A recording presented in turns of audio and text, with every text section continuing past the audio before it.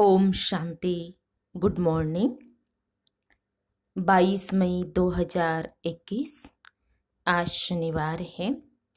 आज की मुरली में प्यारे बाबा ने हम बच्चों से कहा है कि बच्चे अपना सब कुछ ईश्वरीय सेवा में सफल कर लो, क्योंकि मौत सिर पर खड़ा है।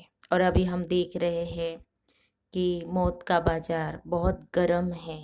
बाबा ने जो कहा वो एक एक महावाक्य सच हो रहा है और हम सभी सुन रहे हैं, समाचार सुन रहे हैं। तो मौत का बाजार तो बहुत गर्म है और इसीलिए बाबा कहते हैं कि हमारी भी अंत घड़ी पता नहीं कब आ जाए, तो अपना जो भी है तन मन धन है ना, क्या करना है, सफल करना। सफल करना अर्थात क्या? श्रेष्ठ कार्य में लगाना, ईश्वरीय कार्य में लगाना, है ना। तो अभी तो क्या है, सबको पता ही है, लॉकडाउन है। उसके कारण कौन सी सेवा कर रहे हैं हम सभी? मनसा सेवा और एक है धन से। तो ईश्वरीय कार्य में, क्योंकि तन तो अभी लगा नहीं सकते ना, सभी अपने अपने घरों में है। तो सेंटर पर आकर के, मधुबन में जाकर के सेवा करें। अभी तो नहीं है, फिर जब खुलेगा तब करेंगे। तो अभी हमें क्या करना है? मनसा सेवा तो करनी है और अपना धन भी क्या करना है? जरूर ईश्वरीय कार्य में सफल करना है। भोग लगा करके या तो जैसे भी आप सफल करते हैं बाबा के कार्य में, वो जरूर करना है। ऑनलाइन भी करते हैं ना, अभी तो ऑनलाइन ट्रांसफ़र करते हैं, तो जरूर करना है, सफल करना है। क्योंकि क्यों करना है? खुद के लिए करना है। बाबा कहते मैं तो दाता हूँ, मैं तो देने वाला हूँ, मैं लेता थोड़ी हूँ। जो भी कुछ कर रहे हैं सो हम अपने लिए कर रहे हैं, क्योंकि बाद में हमें पश्चाताप ना रह जाए, अरे मुझे ये करना था, ये भी करना था लेकिन रह गया, ऐसा ना हो जाए। इसीलिए जो श्रेष्ठ संकल्प आता है वो तुरंत कर लेना चाहिए। तो बाबा ने जो कहा है कि सफल करो, और फिर बाबा ने कहा है कि तो ज्ञान तो सुन रहे हैं। अभी जैसे बाबा ने ये बताया कि सुन तो रहे, लेकिन वो धारण क्यों नहीं होता है? तो धारण क्यों नहीं होता है, उसका कारण बाबा ने बताया है कि बच्चे विचार सागर मंथन नहीं करते हैं, क्योंकि बुद्धि देहधारियों में लटकी हुई रहती है, बुद्धि का योग है ना सारा दिन। इसीलिए फिर बाबा जो मुरली के अंदर बातें बताते हैं, इतनी गुह्य गुह्य पॉइंट्स हमें सुनाते हैं, तो क्यों धारण नहीं होती है? तो हम उसका विचार सागर मंथन नहीं करते, इसके लिए।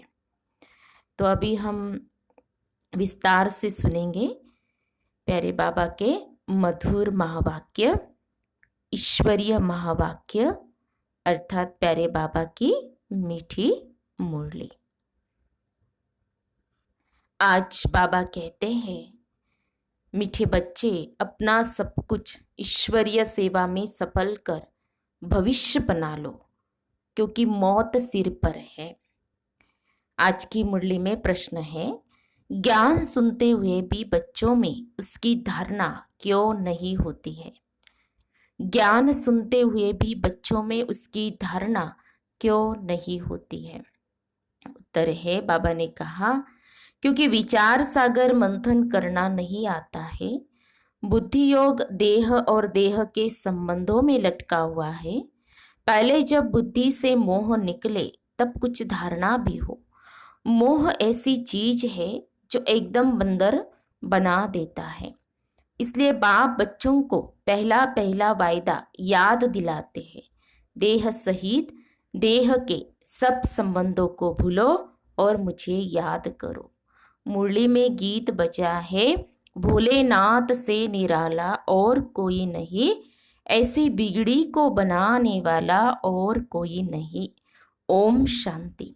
बाप समझाते हैं। अब बच्चों को यह तो अच्छी रीति मालूम है कि बेहद के बाप को ही कहा जाता है बिगड़ी को बनाने वाला।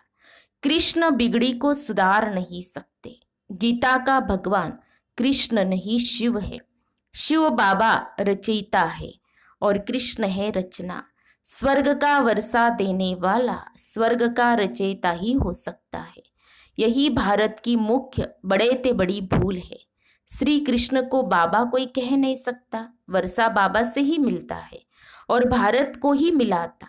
भारत में ही श्री कृष्ण शहजादा राधे शहजादी गाई हुई है।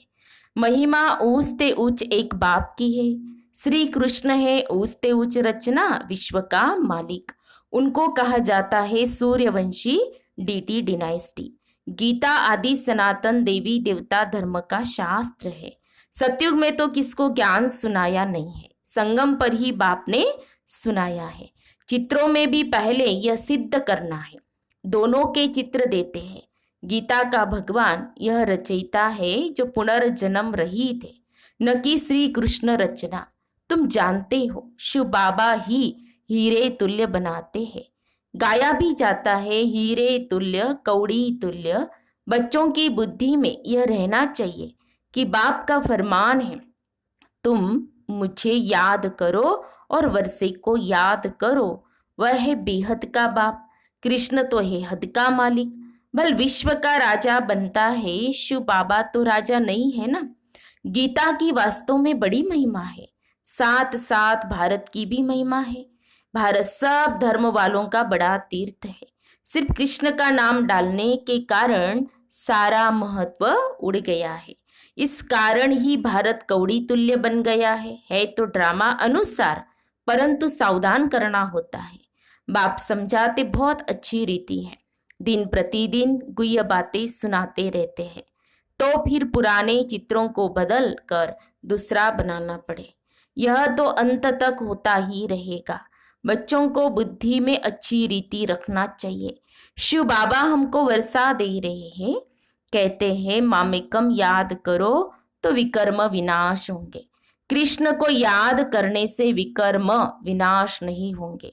वह सर्वशक्तिमान तो है नहीं, सर्वशक्तिमान बाप है। वर्षा भी वह देते हैं। मनुष्य कृष्ण को ही याद करते रहते हैं। अच्छा समझो, कृष्ण ने कहा है, वह भी कहते हैं, देह के संबंध छोड़ मामेकम याद करो। आत्मा तो बाप को याद करेगी ना। कृष्ण तो सभी आत्माओं का बाप नहीं है। यह सब विचार सागर मंथन कर बुद्धि में धारण करना चाहिए। कोई मोह में फंसने के कारण फिर धारणा नहीं कर सकते हैं। तुम गाते आए हो और संग तोड़ आप संग जोड़ेंगे, मेरा तो एक दूसरा न कोई। परंतु मोह फिर ऐसी चीज है जो एकदम बंदर बना देते हैं। बंदर में मोह और लोभ बहुत होता है। साहूकार लोगों को भी समझाया जाता है कि अभी मौत सामने खड़ा है, यह सब ईश्वरीय सेवा में लगाओ, भविष्य बना लो। परंतु बंदर मुआफिक लटक पड़ते हैं, छोड़ते नहीं हैं। बाप कहते हैं जो भी देह से देह के संबंध है उनसे बुद्धियोग हटाओ, बाप की श्रीमत पर चलो। तुम कहते हो यह धन बाल बच्चे आदि सब ईश्वर ने दिया है, मुख से कहते हैं, लेकिन प्रैक्टिकल में क्या होता है? तो बाबा कहते ये अब वह खुद आए, कहते हैं तुम्हारा यह धन दौलत आदि सब खत्म हो जाना है। किनकी दबी रही धूल में, किनकी राजा खाए, किनकी चोर लूट जाए, किनकी आग जलाए। तो बाबा कहते हैं सफल उनकी होती है जो खर्चे नाम धनी के, ईश्वरीय कार्य में जो सफल करते हैं। अर्थक्वेक आदि होंगी, ये सब खलास हो जाएगा। एरोप्लेन गिरते हैं व आग आदि लगती है तो पहले पहले अंदर चोर घुसते हैं जब तक पुलिस आए। तो बाप समझाते बच्चे देहधारियों से मोह निकालना चाहिए, मोहजीत बनना है। देह अभिमान है सबसे पहला नंबर दुश्मन। देवताएं देही अभिमानी है। देह अभिमान आने से ही विकारों में फंसते हैं। तुम आधा कल्प देह अभिमानी रहते हो, अब देही अर्थात आत्म अभिमानी होने की प्रैक्टिस करनी है। जो भी मनुष्य मात्र है बिल्कुल ही इन बातों को नहीं जानते हैं, न परमात्मा को जानते हैं। आत्मा क्या है, परमात्मा क्या है, आत्मा कितने जन्म लेती है, कैसे पार्ट बजाती है, हम एक्टर से, यह किसको पता नहीं है। इसलिए आर्फन निधन के कहा जाता है। वह तो कह देते आत्मा ज्योति में लीन हो जाती है, परंतु आत्मा तो अविनाशी है। आत्मा में ही 84 जन्मों का पार्ट नूंदा हुआ है।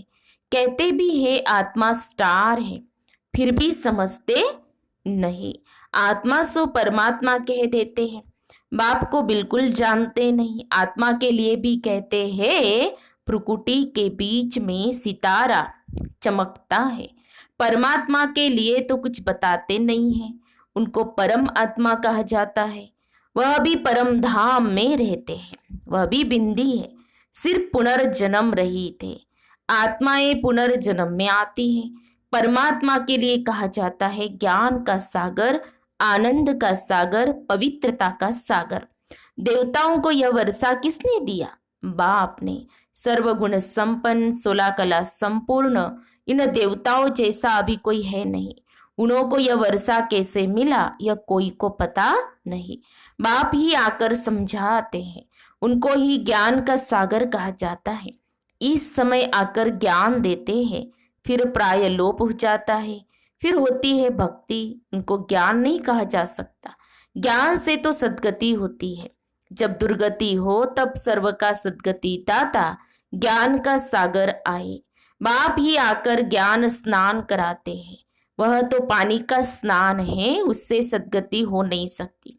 ये थोड़ी बातें भी धारण करनी चाहिए। मुख्य जो अच्छे अच्छे चित्र है वो बड़े होने चाहिए, जो कोई अच्छी रीति समझ जाए। अक्षर बड़े अच्छे हो, चित्र बनाने वालों को यह बुद्धि में रखना चाहिए। किसी को भी बुलाना है निमंत्रण देकर कि आकर परम पिता परमात्मा का परिचय लो और भविष्य 21 जन्म के लिए बाप से वर्षा लो। भाइयों बहनों, पारलौकिक बाप से बेहद सुख का स्वराज कैसे मिलता है सो आकर समझो। बेहद के बाप से वर्षा पाना सीखो। इसमें डरने की तो बात नहीं है। बुलाते रहते हैं पतित पावन आओ। बाप भी कहते हैं काम महाशत्रु है। पावन दुनिया में जाना है तो पवित्र जरूर बनना है। पतित उनको कहा जाता है जो विकार से जन्म लेते हैं। सत्युग त्रेता में विष होता नहीं, उनको कहा ही जाता है संपूर्ण निर्विकारी दुनिया। विकार है ही नहीं, फिर यह तुम क्यों पूछते हो बच्चे कैसे पैदा होते हैं? बाबा कहते तुम निर्विकारी तो बनो, बच्चा जैसे होना होगा वैसे होगा, तुम यह पूछते ही क्यों हो? तुम बाप को याद करो तो जन्म जन्मांतर के विकर्म विनाश हो जाए। यह है ही पाप आत्माओं की दुनिया, वह है पुण्य आत्माओं की दुनिया। यह अच्छी रीति बुद्धि में बिठाना है। भक्ति का फल भगवान आकर देते हैं। बाप ही सर्व की सद्गति कर स्वर्ग का मालिक बनाते। बाप कहते अब पवित्र बनो, मामेकम याद करो। यह है महामंत्र। बाप से वर्षा जरूर मिलेगा। बाप कहते हैं तुम मुझे याद करो तो तुम सतो प्रधान बन जाएंगे। सीढ़ी पर समझाना है। दिन प्रतिदिन हर चीज सुधरती जाती है। इनमें क्लियर कर लिखना है। ब्रह्मा द्वारा आदि सनातन देवी देवता धर्म की स्थापना। जब आदि सनातन देवी देवता धर्म था तो और कोई धर्म नहीं था। जो पवित्र बनते हैं वही पवित्र दुनिया में आएंगे। जितनी ताकत तुम्हारे में भरती जाएगी उतना पहले आएंगे। सब इकट्ठे तो नहीं आएंगे, यह भी जानते हो। सत्युग त्रेता में देवी देवताएं बहुत थोड़े होते हैं, पीछे वृद्धि को पाते हैं। प्रजा में तो ढेर होंगे। समझाने वाले भी बड़े अच्छे चाहिए। बोलो बेहद के बाप से आकर के वर्षा लो। जिसको पुकारते हो हे बाबा, उनका वास्तव में नाम ही शिव है। ईश्वर व प्रभु भगवान कहने से यह नहीं समझते कि वह बाप है, उनसे वर्षा मिलना है। शिव बाबा कहने से वर्षा याद आता है। उनको कहते हैं शिव परमात्माए नमः। परमात्मा का नाम तो बताओ। नाम रूप से न्यारा कोई नहीं है। उनको तो शिव नाम है। सिर्फ शिवाय नमः भी नहीं कहना है, शिव परमात्माए नमः हर एक अक्षर को बहुत अच्छी रीति क्लियर कर समझाना होता है। शिवाय नमः कहने से भी बाप का मजा नहीं आता।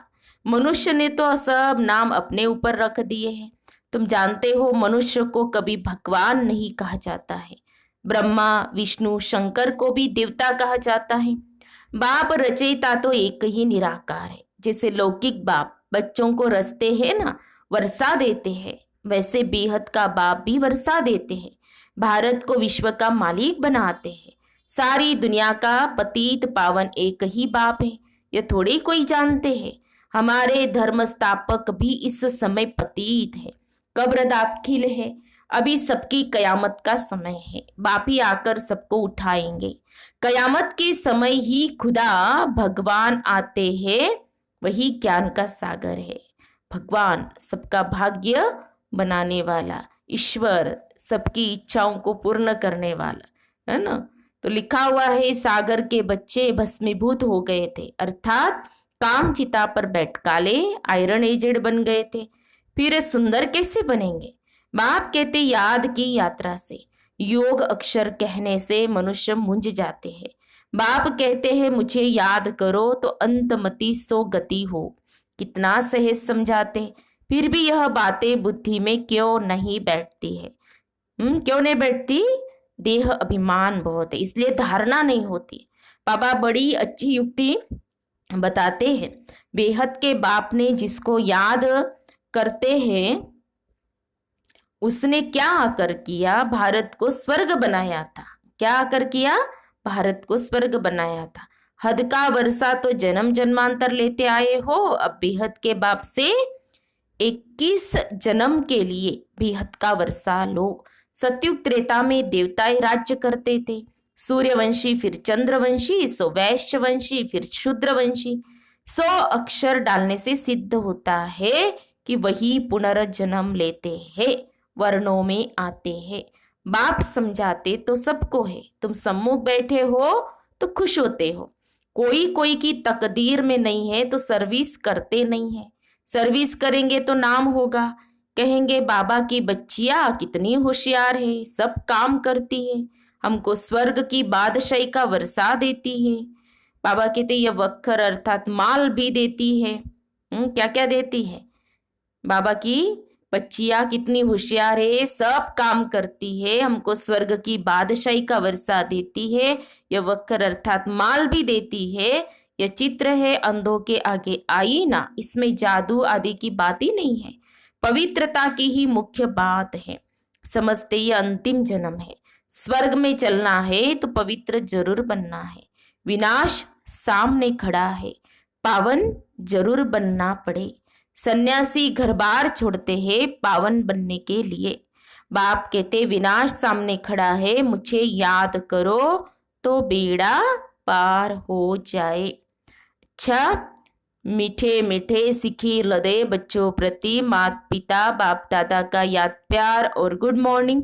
रूहानी बाप की रूहानी बच्चों को नमस्ते। हम रूहानी बच्चों की रूहानी बाप दादा को याद प्यार और नमस्ते नमस्ते। ओम शांति, ओम शांति, ओम शांति। गुड मॉर्निंग बाबा, शुक्रिया बाबा, थैंक्स बाबा, पद्मा पदम शुक्रिया बाबा आपका। धारणा के लिए मुख्य सार। आज की मुरली का सार 2 पॉइंट में। पहली पॉइंट है विनाश के पहले अपना सब कुछ सफल करना है। यह कयामत का समय है, इसलिए पावन जरूर बनना है। दूसरी पॉइंट, देहधारियों से मोह निकाल मोह जीत बनना है। देह अभिमान जो पहला नंबर दुश्मन है, उस पर विजय पानी है। और सब संग तोड़ बाप से बुद्धि योग जोड़ना है। फिर आज की मुरली में प्यारे बाबा का वरदान है, मनन शक्ति द्वारा शक्तिशाली बन, विघ्नों के फोर्स को समाप्त करने वाले सर्व आकर्षण मुक्त भव। मनन शक्ति द्वारा शक्तिशाली बन, विघ्नों के फोर्स को समाप्त करने वाले सर्व आकर्षण मुक्त भव। स्पष्टीकरण है, वर्तमान समय मनन शक्ति द्वारा आत्मा में सर्व शक्तियां भरने की आवश्यकता है, इसके लिए अंतर्मुखी बन, हर पॉइंट पर मनन करो तो मक्खन निकलेगा और शक्तिशाली बन जाएंगे। ऐसी शक्तिशाली आत्माएं अतीन्द्रिय सुख की प्राप्ति का अनुभव करती है। उन्हें अल्पकाल की कोई भी वस्तु अपने तरफ आकर्षित नहीं कर सकती। उनकी मगन अवस्था द्वारा जो रूहानियत की शक्तिशाली स्थिति बनती है, उससे विघ्नों का फोर्स समाप्त हो जाता है।